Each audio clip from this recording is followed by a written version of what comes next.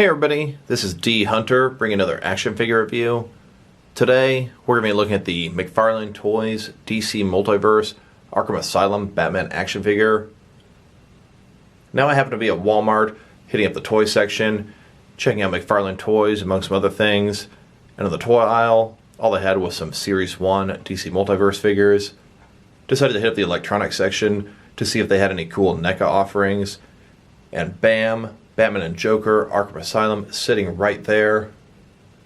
Now I'm really not sure why they're in the electronics section. Sure, these are figures based off a video game, but I'm pretty confident they should have been in the toy aisle. So let's go ahead and check out the packaging here. You can see at the top, 22 moving parts. We've got McFarlane Toys, the Spawn logo, ages 12 plus, and then here he is, Batman in the package. Looks like a bunch of gadgets as well. Looks like we've got the remote claw from Arkham Origins, kind of odd to include with this guy. Couple different batarangs. Looks like a smoke grenade. Looks like he has a collector's card behind him, as well as a stand at the bottom. DC Multiverse, Batman. One side here, Batman from Arkham Asylum. Other side simply says Batman. The bottom, there's a barcode in case that helps anybody, as well as a bunch of credits. And then on the back, here's Batman posed up from the game, as well as some other McFarlane DC Multiverse offerings. Arkham Asylum Joker, Wonder Woman Armored from 1984, Wonder Woman Standard from 1984, Detective Comics 1000 Batman, and Superman from Superman the Animated Series. So I must say, these Arkham figures are a couple of my most anticipated McFarlane releases. Probably Batman Who Laughs was the most anticipated figure, as he has never been released before in plastic form. I am a huge fan of the Arkham games. I'm a huge fan of the DC Direct line of Arkham figures. This guy should scale up and fit in with them great, and he's hopefully more articulated. So with no further ado, let's open him up. And as always, I did get two of these figures, one to open, one to keep unopened, in my complete Batman 6 and 7 inch action figure collection. Here they are, taking their rightful place in front of my Batman related comics, with all the other DC, McFarlane, Multiverse, Bat related action figures.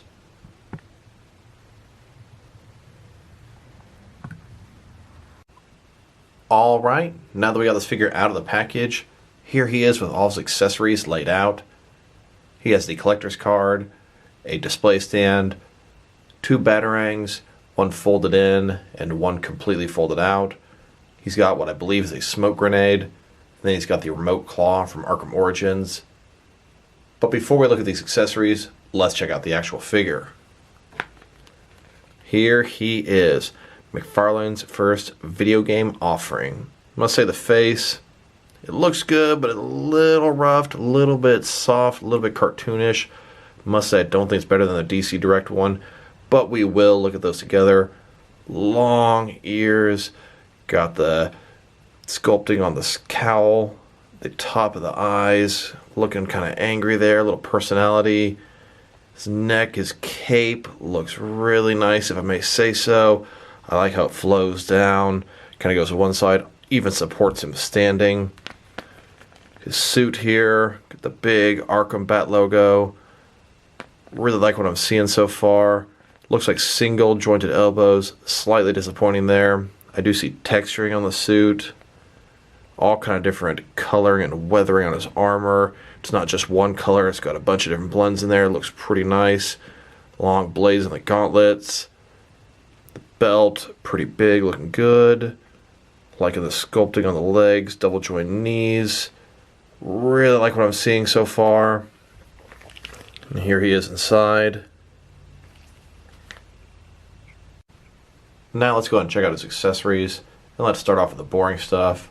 First of all, here's his collector's card. You can see Batman from the video game in front, Batman Arkham Asylum. On the back side, it's got some statistics about Batman. This game is from 2009, 11 years later, still making figures, loving it. Then we've got his collector stand. This thing here, pretty basic, perfect black circle. DC logo at the bottom. It's got one peg for the peg hole in their feet. It's rather thin. So now let's go and check out his actual accessories, his gadgets. Starting off with this Batarang. Two different Batarangs. One of them folded up to be put away. One of them fully extended. Back in the day, DC Direct made a Batman from Arkham Asylum and actually had a Batarang that could fold open and shut. Pretty cool feature, but it's also cool getting two Batarangs for this guy. So here's the one that's folded up. Look at that detail. It's got some weathering to it. I see black, silver, gray, not just one color. It'd be really cool if this thing could somehow attach to his belt, but it can't. And then here's the standard Batarang. Once again, I like all the different coloring to it. I think the detail is great. This thing is made of pretty hard plastic. It's not very bendy. Here are these two McFarlane Batarangs on the bottom, next to several other Arkham Batarangs released over the years. Here on the left-hand side, these are the foldable ones from DC Direct. Really did like that feature. Pretty cool. Here's a few that don't have any articulation. And then here's a remote control Batarang. You can tell it's colored slightly differently. Here he is holding the folded up Batarang as if he just took it off his belt. He's going to flick it open. Here he is reaching back, getting ready to throw his Batarang. This guy's arm go really far back, extend, release. I think this guy's articulation is pretty nice so far. Next, let's check out this item. I initially thought it was a smoke grenade, but when reviewing the game, the smoke pellets were quite a bit smaller than this. This is another Arkham Origins accessory, which I find very interesting. This is the glue grenade. You'd throw it, it'd kind of make a sticky shell on the guy, and immobilize him temporarily. The fact that Arkham Origins came before Arkham Asylum, he definitely would have already created these gadgets, so I'm okay with it. You can never have too many Bat gadgets. I do find it odd that the Arkham Asylum Batman came with two Arkham Origin accessories when there were so many different Arkham Asylum accessories to choose from. Here he is holding his glue grenade, getting ready to throw it at somebody and immobilize them. Here's the remote claw that he came with. This is another Arkham Origins accessory that wasn't featured in the other games, but I'm okay with that. Once again, a lot of different coloring and weathering on it. I like the way it looks quite a bit. Thing's fantastic. I love adding more stuff to the Bat Armory. Here's the McFarlane remote claw at the top, next to the DC Direct remote claw at the bottom. Here he is holding the remote claw. The handle fits into his hand, and his index finger is a little bit separated, so you can actually utilize it as a trigger finger inside there. And this is actually how he held this gadget in the game. His right hand would hold the back of the gadget, and his left hand would hold the trigger area. This figure is not really designed to hold it properly this way. It doesn't look good, and it does not feel natural like this. Looking specifically at the gadgets from Arkham Asylum, here are a whole bunch of them I can use to enhance my figure. First of all, we have the standard Batarang, the cryptographic sequencer, the triple Batarangs. This I use for a smoke pellet. This is the remote Batarang, line launcher, his explosive gel, and then the remote bat claw or his grapple gun. The only accessory I believe I don't have represented from Arkham Asylum is the sonic Batarang. Here he is holding the remote claw. This thing has a pretty fat handle. His hand is a little bit stretched out using it. This was from an older DC Direct Arkham Asylum Batman, and the claw part actually comes off, which is a pretty cool feature. Here he is using the black claw to pull down a few crates, just like in the game. And here he is getting ready to spray some of his explosive gel. This also came with a DC Direct Batman. Here he is, crouched down on one knee, using his cryptographic sequencer. This also came with a DC Direct Arkham Asylum Batman. Here he is holding the line launcher. Pretty sure this came with a DC Direct Arkham City Batman. Here he is holding his smoke pellet. Pretty much just a little black sphere. This actually came with a Batman Begins basic figure from many years ago. Slightly closer look at what he's holding. and then tosses his smoke pellet on the ground, makes his exit. This detonated smoke pellet came with a Mattel Young Justice Batman figure. And here are a bunch of different gadgets I used for my Batman figures to represent gadgets from all the different various Arkham games.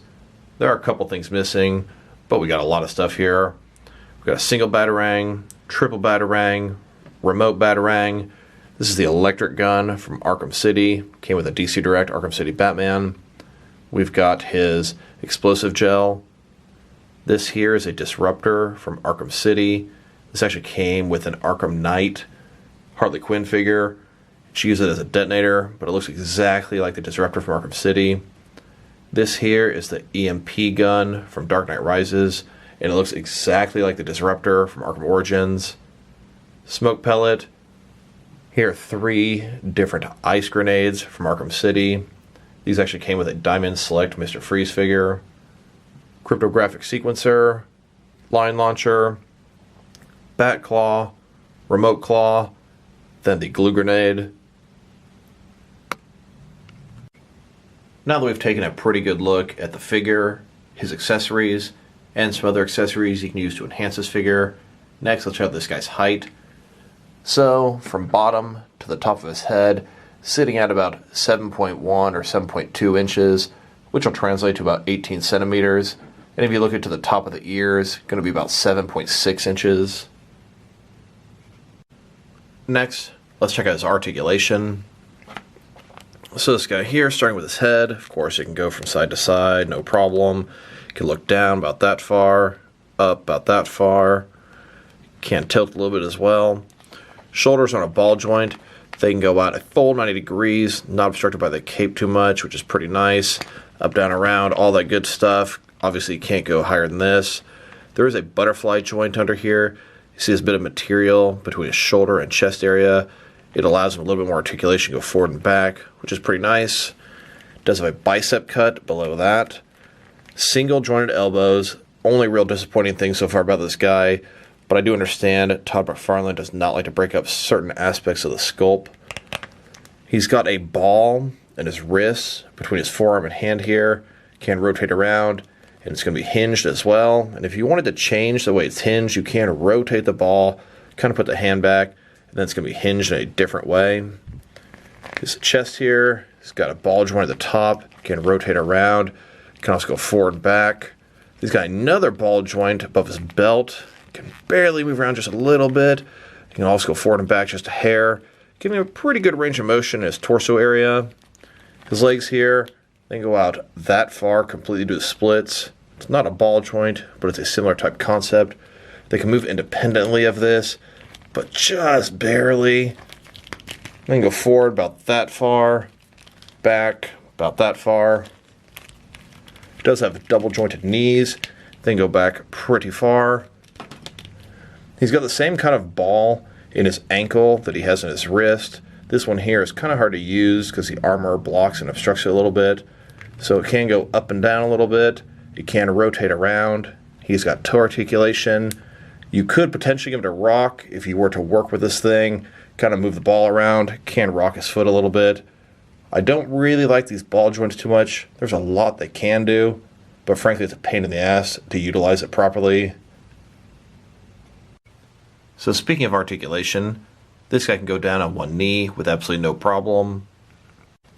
He could potentially sit down in a chair if you give him a cloth cape. This cape here is obstructing him from going further down, but his legs can achieve the sitting pose to a point.